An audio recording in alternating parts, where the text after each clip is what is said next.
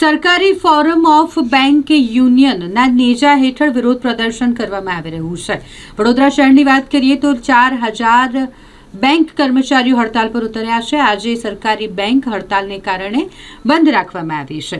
United forum of bank union હેઠળ 9 જેટલા યુનિયનો કે જે આ હડતાલમાં જોડાયા છે। આખા દેશની વાત કરીએ તો 8.5 લાખ કર્મચારીઓ કે જેઓ હડતાલ પર ઉતરી ગયા છે। આ ચોક્કસ મુદ્દતની હડતાલનું એલાન બેંક કર્મચારીઓ દ્વારા કરવામાં આવ્યું છે। અઠવાડિયામાં 5 દિવસ कामगिरी दिवस तरीके गणवामां आवे तेवी बैंक कर्मचारियों मांग है। हड़ताल इसलिए की जा रही है कि लास्ट सेटलमेंट जब हुआ था United Forum of Bank unions और आईबीए के बीच में, उसमें एक मेमोरेंडम साइन किया गया था कि बैंक एम्प्लॉयज को 5 दिन का सप्ताह दिया जाएगा। इस 5 दिन का सप्ताह देने के सामने बैंक एम्प्लॉयज 40 मिनट रोज काम ज्यादा करने के लिए भी तैयार है। ये जो प्रपोजल था ये आईबीए के द्वारा मिनिस्ट्री ऑफ फाइनेंस को भेजा गया था। इसके ऊपर अभी अभी तक कोई डिसीजन नहीं लिया गया है। बैंक कर्मचारी इतना स्ट्रेस में काम कर रहा है क्योंकि बैंक में स्टाफ की बहुत शॉर्टेज है।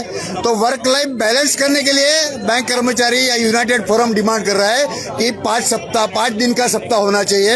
आप गवर्नमेंट के दूसरे कंसर्न की बात करो भारत में तो 6 से 7 गवर्नमेंट कंसर्न ऐसे है जहाँ पे अभी 5 डे वीक चल रहा है। आप विश्व की बात करो तो 16 देश ऐसे है कि जहाँ पे 5 डेज वीक में काम चलता है। तो ये बैंक एम्प्लॉय को क्यों डिनाई किया जा रहा है? इसकी वजह से आज पूरे भारत भर में 7 से 8 लाख बैंक कर्मचारी अधिकारी और गुजरात में से 5000 से ज्यादा बैंक कर्मचारी अधिकारी United Forum of Bank unions के नेजा हेठल स्ट्राइक पर है। Kailash Kemkar, senior vice president Gujarat bank workers union. अगर सरकार आपकी बात नहीं माने तो कहाँ तक ये आंदोलन चलेगा? अगर आज की स्ट्राइक के बाद इसका कोई निराकरण नहीं आता है तो United Forum of Bank unions की मीटिंग होगी और उसमें आगे के और ज्यादा जल्द प्रोग्राम रिलीज किए जाएंगे। બેંકોના કર્મચારીઓના અધિકારોના રક્ષણ માટે બેંકોના કર્મચારીઓને તમે માણસ તરીકે ગણો અને 5 દિવસનું બેન્કિંગ કન્સિડર કરો એની માટેની આ લડત છે। જે પ્રકારે સરકાર હજુ પણ તમારી વાત સાથે સહમત નથી, શું લાગે છે સરકાર સહમત થશે? સરકાર જ્યારે નોટબંધીના આદેશ આપ્યા હતા, સરકારે જ્યારે કોરોનામાં અમને ફ્રન્ટલાઈન સોલ્જર બનાવ્યા હતા ત્યારે અમે વગર હાંકલે આ કામ કર્યું હતું અને અમને વિશ્વાસ છે કે સરકાર પણ અમને એ જ રીતે મજબૂતીથી માનશે અને અમારો અધિકાર અમને આપશે। અન્ય દેશોની જો વાત કરીએ તો અન્ય દેશોમાં પણ આ પ્રકારે વર્કિંગના 5 દિવસ છે, તો પછી ભારતમાં કેમ?